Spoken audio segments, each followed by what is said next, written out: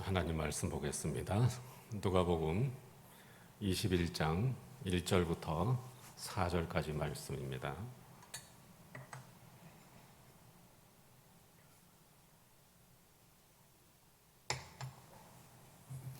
누가복음 21장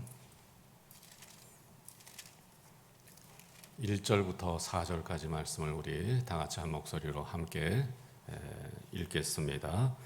예수께서 눈을 들어 부자들이 헌금함에 헌금 넣는 것을 보시고 또 어떤 가난한 과부가 2렙돈 넣는 것을 보시고 이르시되 내가 참으로 너희에게 말하노니 이 가난한 과부가 다른 모든 사람보다 많이 넣었도다. 저들은 그 풍족한 중에서 헌금을 넣었거니와 이 과부는 그 가난한 중에서 자기가 가지고 있는 생활비 전부를 넣었느니라 하시니라. 아멘. 네, 제가 오늘 제목 가운데 헌금이라고 하는 단어가 지금 들어가 있습니다. 오늘날 이 시대에 이 헌금이라고 하는 단어에 대해서 여러 가지로 생각하는 분들이 참 많이 있지만 또 부정적으로 생각하는 그러한 분들도 적지 않다고 보여집니다.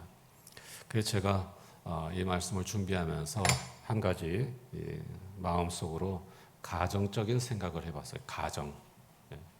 만약에 교회에 애초부터 헌금이라고 하는 개념이 없었다면 어떻게 됐을까? 이런 가정은 여러분들 처음 한번 들어보시죠? 전 근데 이상하게 그런 생각이 들었어요. 만약에 교회에 헌금이라고 하는 개념이 애초부터 없었다. 그럼 어떻게 됐을까? 저는 벌써 교회는 없어졌을 것 같아요. 돈이 없어서 없어지는 게 아니라 믿음이 없어져서 없어졌을 것 같아요. 여러분, 뭔가 나은 가치를 위해서, 좋은 목적을 위해서, 특별히 우리 그리스도인들에게 있어서 거룩한 가치를 위해서 헌신한다고 하는 것은 굉장히 큰 기쁨입니다. 이 인간이 부정적인 본능만 가지고 있는 게 아니라 하나님께서 우리에게 그분의 형상을 따라 긍정적인 본능도 허락하셨어요. 그 긍정적인 본능 중에 하나가 헌신하면 기쁘다는 거예요. 헌신하면 기쁘다는 거. 그래서 만약에 이 헌금이라고 하는 개념이 우리의 신앙생활에 아예 존재하지 않았다면 우리는 굉장히 큰 기쁨을 상실하게 되었을 것이고 알지 못하게 되었을 것이고 또 그 큰 기쁨이 우리에게 없었더라면 아마 교회도 오래가지 않아서 없어지고 마는 그런 상태가 되지 않았을까? 그런 쓸데없는 가정을 한번 해봤는데요. 네. 어쨌든 제가 말씀드리려고 하는 요지는 헌금은 의무와 책임이기도 하지만 그 이전에 우리에게 주신 하나님의 큰 축복인 줄로 믿습니다. 오늘날 많은 사람들이 어떻게 생각하든지 저는 이 사실이 진리라고 믿습니다. 여러분, 우리 하나님의 은혜 가운데 헌신의 놀라운 기쁨을 누리는 우리 성도들이 되시기를 주의 이름으로 축원합니다. 오늘 말씀은 예루살렘 성전의 헌금함 앞에서 있었던 일입니다. 당시 성전의 헌금함은 좀 특별하게 생겼는데요. 그 투입구가 나팔처럼 생겼습니다. 헌금할 때 그 투입구에 동전을 놓으면 동전이 밑으로 또르륵 하면서 굴러가게 그렇게 해서 들어가게 만든 것입니다. 동전을 투입하기에 편하도록 만든 것이죠. 이 헌금함의 또 다른 특징은 헌금할 때 소리가 난다는 것입니다.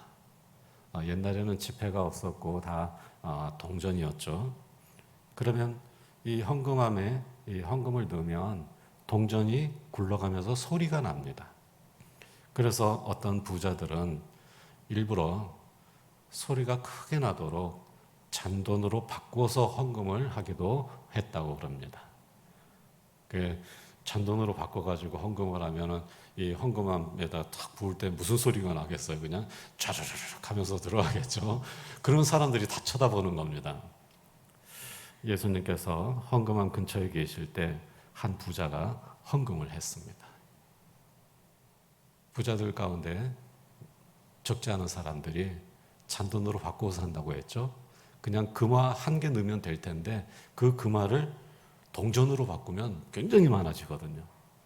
그거를 갖다가 부으면은 요란한 소리가 납니다. 사람들이 다 쳐다봤습니다. 안 쳐다볼 수가 없어요. 예수님께서도 쳐다보셨습니다. 1절 말씀을 우리 함께 읽어보겠습니다. 예수께서 눈을 들어 부자들이 헌금함에 헌금 넣는 것을 보시고, 자, 여기 눈을 들어. 이 말씀은 소리에 놀라가지고 딱 보게 됐다는 거예요. 부자가 헌금할 때는 소리가 크기 때문에 사람들이 다 보게 되어 있습니다. 예수님께서도 눈을 딱 들어서 봤습니다. 사람들이 다 쳐다봤습니다. 예수님께서도 쳐다보고 계셨습니다. 그러다가 예수님께서 어떤 가난한 과부가 헌금하는 걸 보셨습니다. 2절 말씀을 우리 화면 보면서 함께 읽겠습니다. 또 어떤 가난한 과부가 2렙돈 넣는 것을 보시고, 자, 가난한 과부가 헌금할 때에는 제일 가치가 낮은 동전을 사용을 했습니다. 가벼워요. 그래서 소리도 잘 안 납니다. 그리고 많이도 못해요. 한두 개를 하는 거예요. 그러면 소리가 거의 안 나죠. 그런데 예수님께서 보셨다는 거예요. 부자들이 헌금할 때는 소리가 크게 나니까 다 쳐다봅니다. 하지만 가난한 과부가 헌금할 때는 소리가 거의 안 나니까 웬만한 사람들은 쳐다보질 않아요. 관심이 집중이 안 됩니다. 그런데 예수님께서 특별히 소리 없이 헌금하는 이 과부의 헌금하는 모습을 보셨다는 거예요. 여러분, 옛날에는 남존여비의 풍조가 우리의 상상 이상으로 아주 심했습니다. 남존여비의 사상. 이게 정말 우리 한 100여 년 전만 해도 그야말로 우리의 상상을 초월할 정도로 그랬습니다. 특히 고대 사회에서는 여자는 사람이 아니었습니다. 동물하고 인간하고 사이에 있는 그런 존재였죠. 죄송합니다. 그랬다는 거예요, 옛날에는. 그런 시대에 과부는 사회적으로 가장 취약한 계층으로서 남자의 보호를 못 받으니까 사회적으로 가장 취약한 계층으로서 법의 보호를 받지 못했을 뿐만 아니라 범죄와 약탈의 표적이 되었습니다. 그래서 굉장히 위험한 삶을 살았습니다. 참으로 슬프고 고단한 삶을 살지 않을 수가 없었습니다. 지금 우리는 사실은 거의 상상을 못해요. 짐작을 못합니다. 어느 정도인지. 우리나라 선교 초기에 기독교 여성 지도자들 가운데에도 과부가 적지 않았습니다. 이화학당 최초의 한국인 교사였던 이경숙이라고 하는 분이 있는데 이분은 18살에 과부가 되었습니다. 이분은 15살에 결혼을 했는데 당시에는 좋은 풍습이 있어가지고 이보다 더 일찍 하기도 했지만 대부분 평균적으로 15, 16살에 결혼을 했어요. 이분은 15살에 결혼을 했는데 결혼한 날 친정에서 초례를 치르고 신랑은 서울 시댁으로 떠났습니다. 그리고 나서 이제 신부를 데리러 와야 되거든요. 서울 시댁으로 떠난 남편이 연락이 없는 겁니다.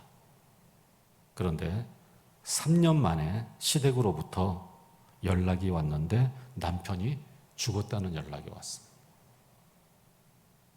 그러니까 결혼식 날 초대 치르고 남편이 떠난 다음에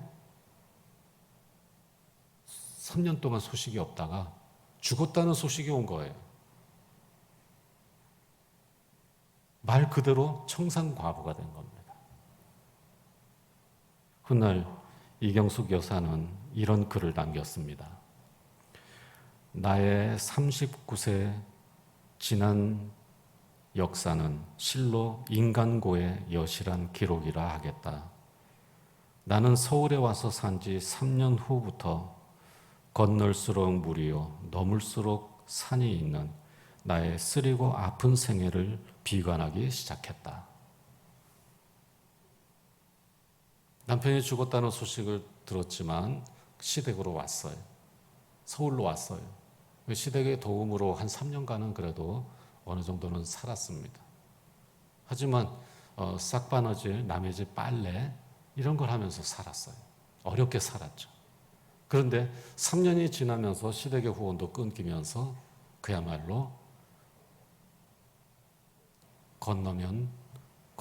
건널수록 물이요 넘을수록 산인 쓰리고 아픈 생애가 시작이 된 겁니다.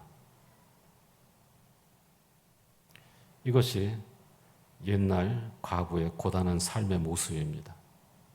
그러나 이경석 여사는 39살에 스크랜턴 대부인을 만나서 기독교인이 된 후에 이화학당의 최초 한국인 교사로서 우리나라 근대교육에 헌신한 기독교 여성 지도자가 되었습니다. 많은 일들을 했습니다. 아주 훌륭한 그런 여성 지도자가 되었습니다.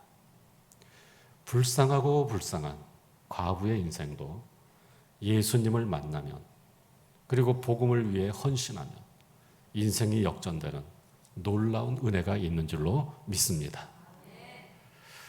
또한 평양 남산현 교회에 김세지라는 분이 있었는데 김세지 여사는 평양에서 전도부인으로 활동하면서 가난하고 불쌍한 여자들을 돌보는 보호여회를 창설하고 또한 과부를 구제하고 자립을 도와주는 과부회도 조직을 했습니다. 그리고 1919년 3.1운동 때에는 보호여회를 기반으로 평양에도 대한애국부인회를 조직하여서 독립운동 자금을 모아서 보내는 일을 오랫동안 했습니다. 그러나 기독교인이 되기 전 김세지 여사의 젊은 시절은 참으로 불쌍하기 짝이 없었습니다. 김세지 여사는 16살에 결혼을 했습니다. 그런데 2년 만에 자식 없이 남편이 죽었습니다. 이분도 역시 18살에 과부가 되었습니다. 김세지 여사는 자신의 회고록에 이렇게 썼습니다. 그때는 어디 젊은 과부가 있다는 소문만 나면 장가들려 하는 호라비가 사람을 많이 데리고 밤중에 아무도 모르게 와서 업어다가 살아도 아무 상관이 없고 또 여자가 아무리 살기가 싫다 하더라도 어찌할 수 없이 업혀가서 사는 일이 종종 있었다. 업어갈 때 만일 과부가 싫다고 소리를 지르면 입을 막아서 말을 못하게 하는 일도 있었다. 나는 이같이 위험한 시대에 태어났다가 불행히 청춘의 과부가 된 탓으로 신변의 위험한 일과 고생도 많이 겪으며 지내었다. 얼마나 고생했는지 여러분 상상이 안 되시죠? 김세지 여사는 남편이 죽은 후에 친정어머니가 찾아왔어요. 친정으로 가자. 그래서 친정어머니하고 같이 친정으로 가는 길에 한 마을에서 먼 친척 되는 한 남자를 만났는데 이 남자가 이 모녀를 속여서 다른 길로 유인을 했어요.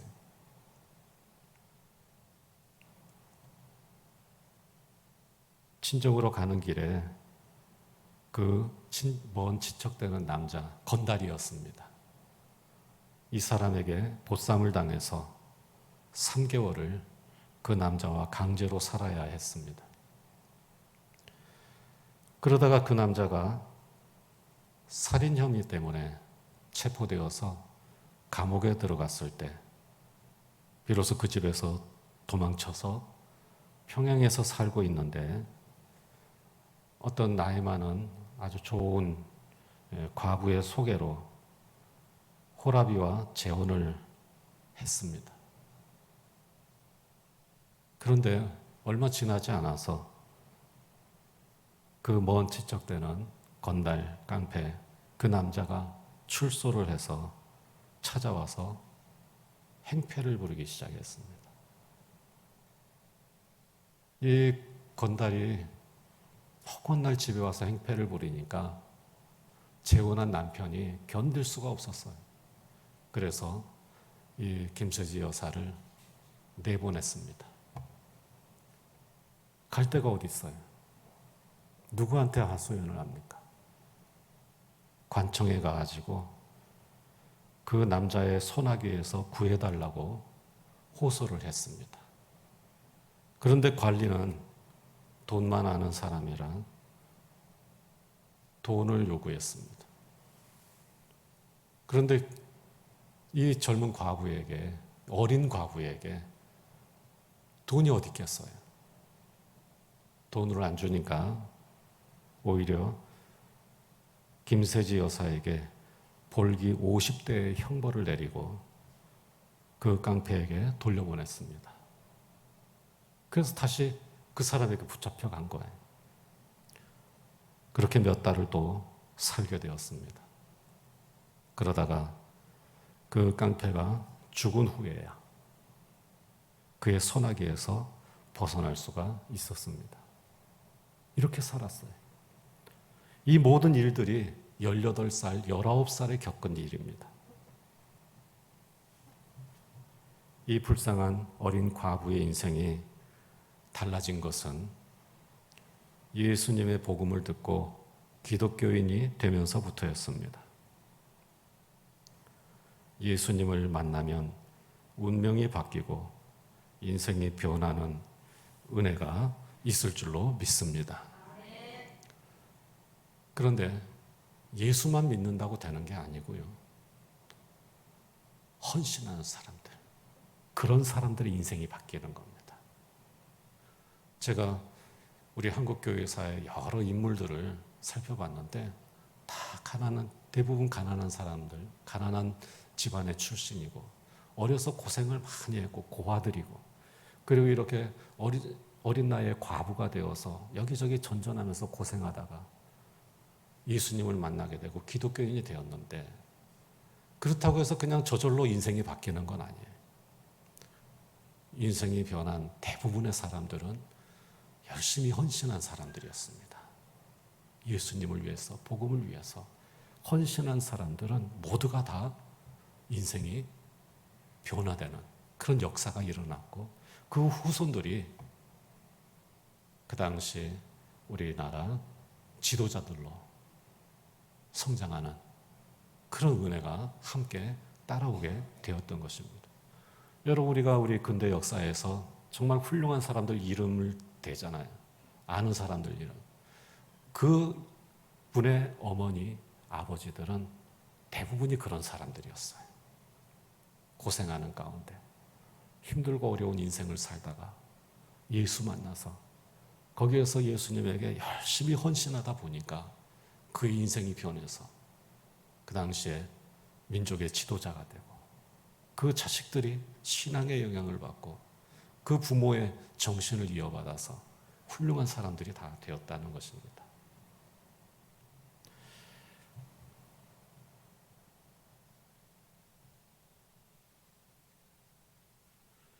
예수님을 만나면 운명이 바뀌고 인생이 변하는 은혜가 있을 줄로 믿습니다. 예수님께서도 이런 과부의 힘든 삶을 당연히 아셨겠죠. 그 당시에는 아마 더 심했을 거예요. 더 무서운 시대였을 거예요. 예수님뿐만 아니라 그 당시의 사람들은 다 알았을 겁니다. 과부가 얼마나 비참한 인생을 사는지. 그러나 많은 사람들이 관심이 없었죠. 예수님의 비유에도 나오죠. 한 과부가 관리에게 가서 억울함을 호소하는데 들어줍니까? 안 들어줍니까? 안 들어주죠. 하지만 아주 괴롭게 했더니 들어주더라 하는 비유를 예수님께서 하셨을 때 그 배경이 뭡니까? 높은 사람들은, 있는 사람들은, 힘 있는 사람들은 과부의 말을 안 들어준다는 거예요. 아무도 관심을 갖지 않습니다. 모두가 다 불쌍한 줄은 알지만 관심이 없었죠. 그런데 예수님께서 관심이 있으셨습니다. 오늘 본문 말씀 바로 앞에 나오는 20장 41절을 여러분들 보셨나요? 이렇게 말씀하십니다. 우리 함께 읽어보겠습니다. 그들은 과부의 가산을 삼키며 외식으로 길게 기도하니 그들이 더 엄중한 심판을 받으리라 하시니라. 아멘. 그들이 누굽니까? 힘 있는 사람들이죠. 과부의 가산을 삼키며 겉으로는 경건한 척하지만 그들은 반드시 더 엄중한 심판을 받으리라. 왜 이런 말씀을 하셨겠어요? 과부의 삶이 얼마나 힘들고 어려운지를, 그리고 그 과부들을 등치고 힘들게 하는 그런 사람들이 있다는 사실을 아셨기 때문이죠. 그래서 오늘 말씀에 등장하는 가난한 과부는 그냥 가난한 과부가 아닙니다.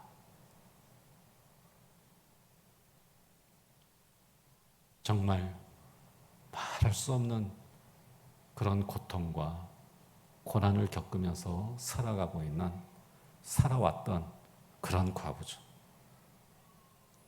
그런 가난한 과부의 헌금에 대해서 예수님께서 말씀하시는 겁니다. 정말 피눈물 나게 살아왔던 그 힘든 인생 속에서 하나님 앞에 헌금하는 그 과부의 마음을 보시는 겁니다. 가난한 과부는 2렙돈을 헌금했습니다. 렙돈은 가장 작은 화폐 단위입니다. 렙돈은 제일 작은 동전이고 제일 가벼운 동전입니다. 그래서 소리도 가장 작은 소리가 납니다.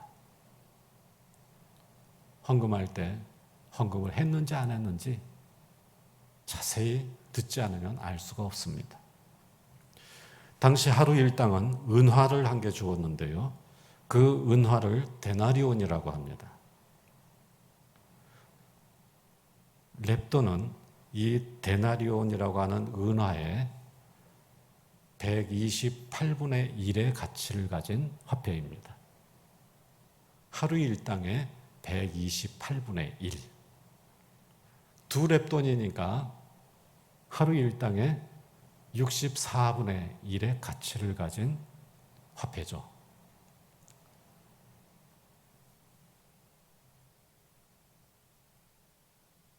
요즘 화폐 가치로 정확하게 환산하기는 어렵지만 1,000원도 안 되는 돈입니다. 그리고 이 2렙돈은 당시 성전 헌금의 하한선이었습니다. 적어도 2렙돈은 헌금해야 한다는 규정이 있었습니다. 성전에 들어가려면 성전의 그 안쪽 마당에 또는 여인들의 마당에 성전 안에 들어가려면 2렙돈 이상을 헌금해야 된다. 최하한선이었어요. 어떻게 생각하면 이렇게까지 가난한 사람들에게까지 이 헌금을 받아야 되나? 아주 악한 규정인데? 라고 생각하기 쉽지만 사실은 가난한 사람들을 위해서 정해진 규정이었어요. 왜냐하면 성전에 갈 때에는 반드시 하나님 앞에 헌물을 해야지, 헌금을 해야지 들어갈 수가 있어요. 이게 성경적인 거예요. 구약시대. 그런데 가난한 사람들은 성전에 갈 때마다 부담이 되는 거예요. 얼마를 해야 되지? 그러면서 많이 하는 사람들하고 비교를 하게 되니까 자꾸 이 기준이 그들에게 볼 때 그 기준이 높아 보이는 겁니다. 그래서 아예 그 기준을 낮춰버린 거예요. 얼마로? 최하한 선으로 낮춘 겁니다. 그래서 아무리 가난해도 편안한 마음으로 이 최하한 선에 헌금을 하면서 성전에 들어와도 된다 하는 그런 규정이었습니다. 웬만하면 누구나 마음만 먹으면 가능한 액수 아닙니까? 네. 예수님께서 보신 그 가난한 과부도 바로 그 헌금을 드렸습니다. 가장 적은 헌금을 드린 것이죠. 그러나 가난한 과부가 헌금하는 모습을 보신 예수님께서 주변에 있는 사람들에게 이렇게 말씀하셨습니다. 3절 말씀을 우리 화면을 보면서 함께 읽어보겠습니다. 이 가난한 과부가 다른 모든 사람보다 많이 넣었도다. 아멘.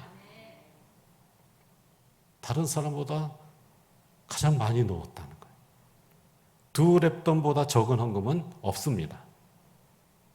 그런데 하나님께서는, 예수님께서는 두 렙돈을 헌금한 가난한 과부가 제일 많이 넣었다고 말씀하신 것입니다. 왜 그렇습니까? 여기에 대해 예수님께서 따로 설명을 해주시는데 4절 말씀입니다. 우리 4절 말씀을 화면에 나와 있는 내용만 함께 읽어보겠습니다.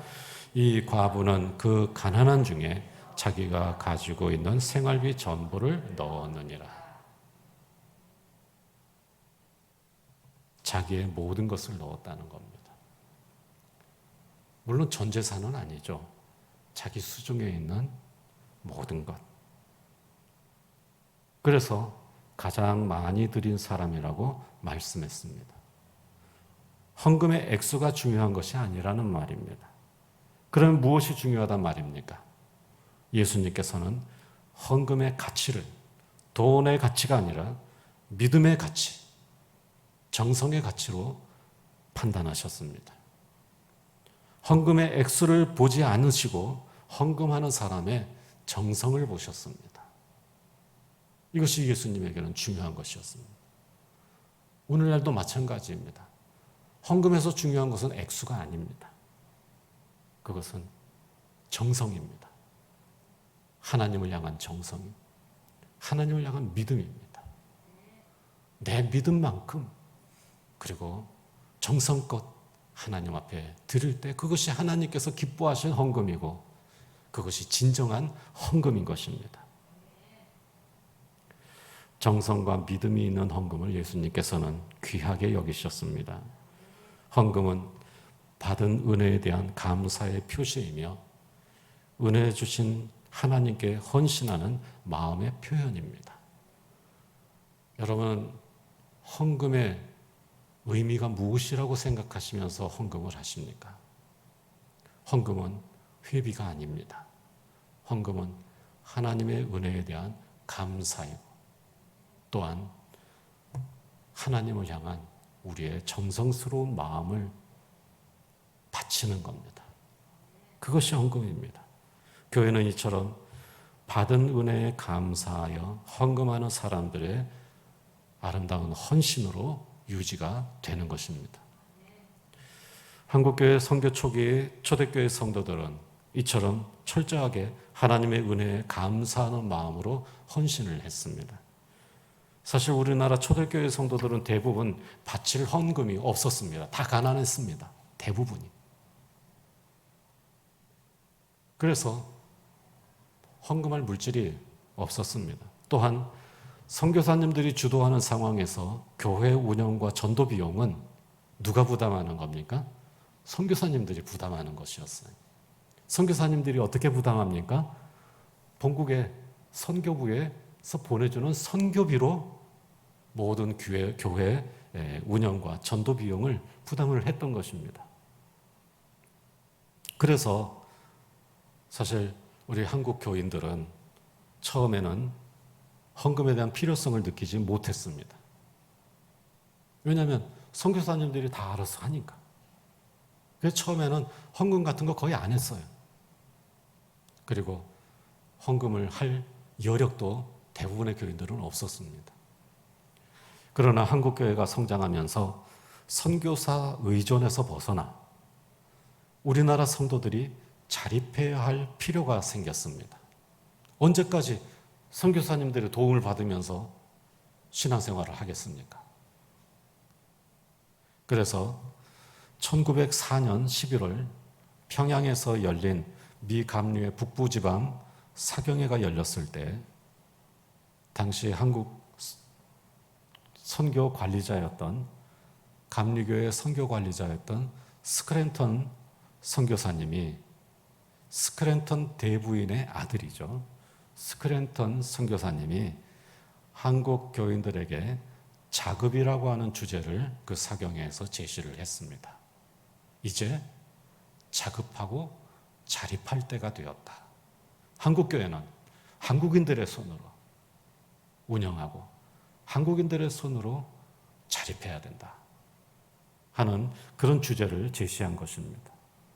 그렇게 해서 시작된 것이 성미운동이었습니다. 자립은 해야 되겠는데 돈은 많지 않아요. 돈 있는 교인들이 많지 않습니다. 그래서 성미운동을 시작했습니다. 1905년 크렘 선교사님의 개성지방 선교보고에 이런 내용이 있습니다. 이 교회 부인들은 과거 정성을 다해 귀신을 섬길 때 집안 식구들을 위해 식사를 준비할 때마다 쌀 한 줌씩 따로 떼어내어서 모아두었다가 그 귀신에게 제사를 지낼 때 사용하였다고 하면서 이제 교인이 되었으니 그 같은 정성을 주님께 바치기로 하고 이를 위해 역시 끼니 때마다 쌀을 모아 자기네 구역 전도사 생활비로 보냈다고 하였습니다. 돈은 없지만 이제 자립을 시작해야 되는데 어떻게 자립을 해야 되겠어요? 생각해 보니까 과거에 예수 믿기 전에 집집마다 무슨 단지가 있었습니까? 신주단지, 성주단지 그렇게 불렀었죠. 이 집안 귀신들을 많이 섬겼어요. 그 중에서 제일 영향력 있고 무서운 귀신이 성주 귀신이에요. 그래서 이 성주 귀신한테는 제사를 드렸어요. 제사 드리기 위해서 매 끼니 때마다 쌀을 조금씩 모았어요. 그것을 이제는 어떻게 한다고요? 이제 교인이 되었으니 그 정성을 누구한테 바치기로? 예수님께 바치기로. 그래서 이 성주단지 이름이 바뀌었습니다. 주항아리, 주단지로 바뀌었어요.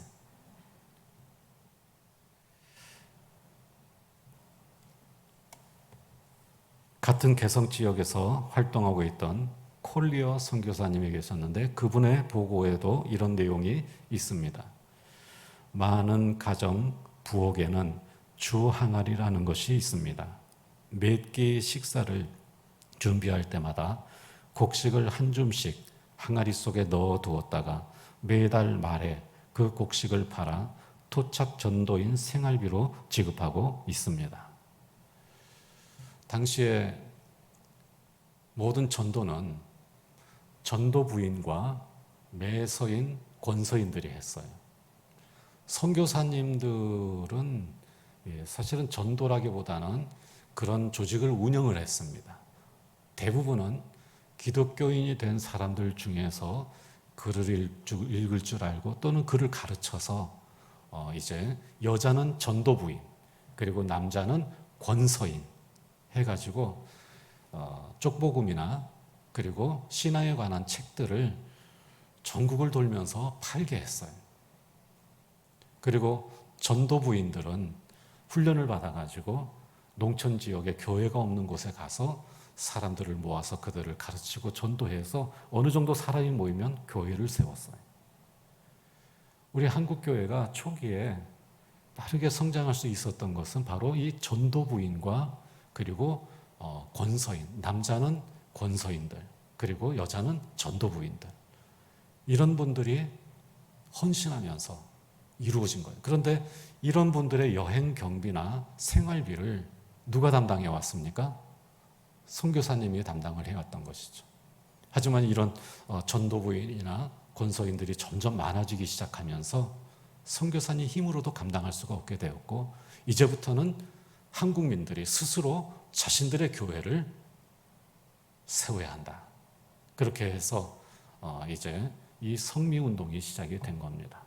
그래서 이 성미운동을 통해서 많은 전도부인들 그리고 또 권서인들 이런 사람들의 여행 경비와 생활비를 내주는 그러한 역할들을 감당을 했던 것입니다. 어쨌든 이 성미운동을 통해서 집안 귀신을 섬기는 일에 사용하던 성주단지, 신주단지가 전도인들을 위한 주항아리, 주단지로 바뀌게 되었던 것입니다. 또한 헌금할 돈이 없으니 시간을 바치는 날연보도 이때 생겼습니다. 날연보. 저는 젊었을 때 날연보라고 하는 얘기를 듣고 익은 연보가 아니라 생연보인가? 그런 생각을 얼핏 했는데요. 이 날연보라고 하는 것은 day offering. 그러니까 날을 바친다는 거예요. 시간을 바친다. 이런 날연보가 이때 생겼는데 선천에서 활동하던 휘트모어 선교사님이 선교보고에 이런 내용을 썼습니다. 교인들은 개인적으로 좀 더 주님을 위해 헌신하려는 열정이 솟구쳤습니다. 이런 열정은 돈이 아닌 시간을 바치는 것으로 표현되어 구체적으로 바칠 수 있는 날수를 적어내고는 개인적으로 불신자들을 전도하는 형태로 발전했습니다. 그러니까 전도인이 했던 역할을 일반인이 이제 날수를 정해서 하나님 앞에 드리고 그 날수만큼 전도인으로 또는 전도부인으로 헌신하는 것입니다. 사경회 때 은혜 받은 성도들이 하나님께 바칠 날수를 적어서 내고 그날만큼은 세속적인 일이 아닌 하나님의 일을 하는데 사용을 한 것입니다. 또 이 날연보와 더불어서 또 특별한 그러한 모임이 만들어졌는데 1909년에는 평안북도 영변의 교인들을 중심으로 11조회가 조직이 되었습니다. 이 11조회라고 하는 것은 시간의 11조를 바치기로 서약한 부인들의 모임이었습니다. 그 당시에도 11조가 있긴 있었지만 11조는 뭐 수익이 있고 돈이 있는 사람이 내지 가난한 사람들, 먹고 살기도 힘든 사람들이 내기는 참 어려운 거였어요. 그리고 또 그런 필요성도 느끼지 못했습니다. 그런데 가난한 우리가 할 수 있는 게 뭘까? 생각을 해보니까 시간을 할 수 있겠다는 거예요.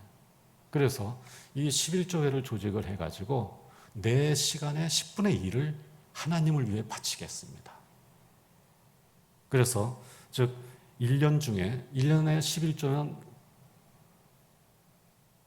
5주입니다. 5주. 1년에 11조면 5주가 되겠죠. 그래서 5주를 하나님께 바치기로 하고 2주 동안은 훈련을 받는 거예요. 교리 훈련, 그리고 교리 교육을 받고 또 전도하는 훈련을 받아요. 그렇게 해서 2주 교육을 받은 후에 3주 동안, 남은 3주 동안 둘씩 짝을 지어서 농촌으로 들어가서 전도를 하는 것입니다. 이렇게 경제력이 없는 사람들이 자신의 시간을 헌금 대신 바쳐서 하나님의 은혜를 갚고 교회의 자립과 성장을 위해서 헌신을 했던 것입니다. 바로 이게 정성이에요. 바로 이게 헌신이에요. 바로 이것이 진정한 헌금하는 자세입니다. 액수가 중요한 것이 아니죠.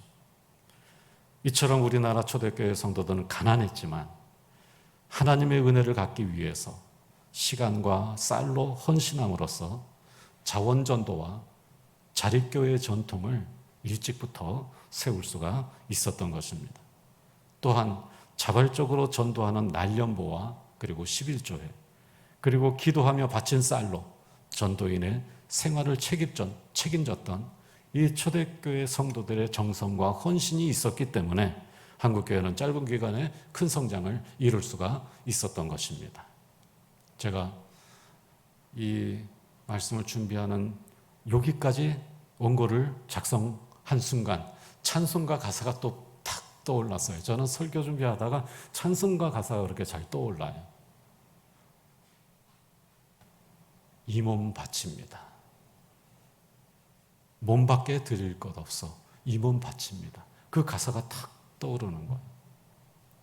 여러분 143장 4절부터 5절 4절과 5절만 우리 한번 같이 불러보겠습니다.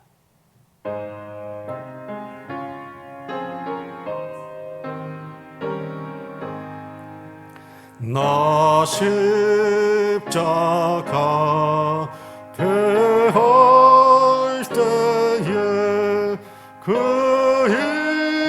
일이 고마워 내 얼굴 감히 못 들고 눈물 흘리고 도다 늘 울어도 눈물로써 못 갚을 줄 알아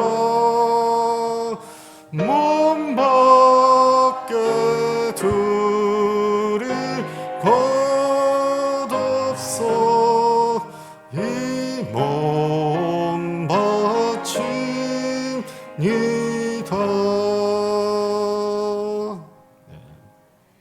가난해서 드릴 게 없어요. 그래서 몸밖에 드릴 것 없어서 시간밖에 드릴 것 없어서 이 몸, 이 인생을 바칩니다. 여러분, 이것이 헌금이고 이것이 헌신입니다. 오늘날 우리가 물질로 헌금을 하지만 이 신앙, 이 마음을 잊어서는 안 되겠습니다. 회비 내듯이 헌금하시지 마시고 정성으로 마음을 다해서 감사하는 마음으로 하나님 앞에 헌신하고 헌금하는 우리 성도들이 되시기를 축원합니다. 저는 오늘 우리 한국교회에 이런 아름다운 헌신의 전통이 있다는 사실을 여러분들이 꼭 기억해 주시기를 부탁합니다.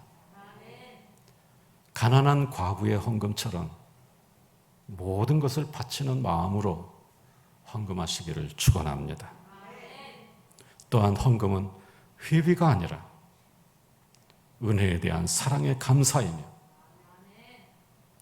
하나님을 향한 우리의 정성이고 교회를 위한 우리의 사랑임을 기억해 주시기를 바랍니다.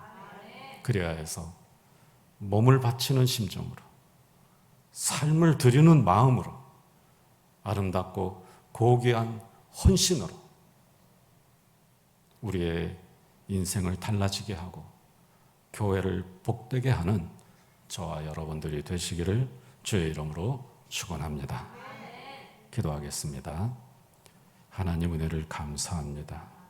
구원의 은혜, 베풀어 주신 은혜, 지금까지 살면서 받은 은혜, 저희들이 어찌 다 갚을 수 있겠습니까? 늘 감사하며 늘 눈물 흘리지만 그러나 눈물로도 갚을 수 없어서 저희들의 삶을 드리기 원합니다. 주여 함께하여 주시고 오늘날 하나님 앞에 바쳐지는 이 헌금의 거룩성이 사라져버린 이 시대에 헌금의 거룩함을 회복하게 하여 주옵소서. 헌금이라고 하는 단어가 더럽혀진 이 시대에 이 헌금이라고 하는 단어의 위대함을 되찾게 하여 주시옵소서. 우리 모든 성도들 위해 아름답고 복된 마음 허락해 주시고 하나님을 향한 아름다운 헌신으로 더 아름다운 삶을 살게 하시고 복 있는 인생이 되게 하여 주시옵소서. 우리 주 예수 그리스도 이름으로 기도하옵나이다. 아멘.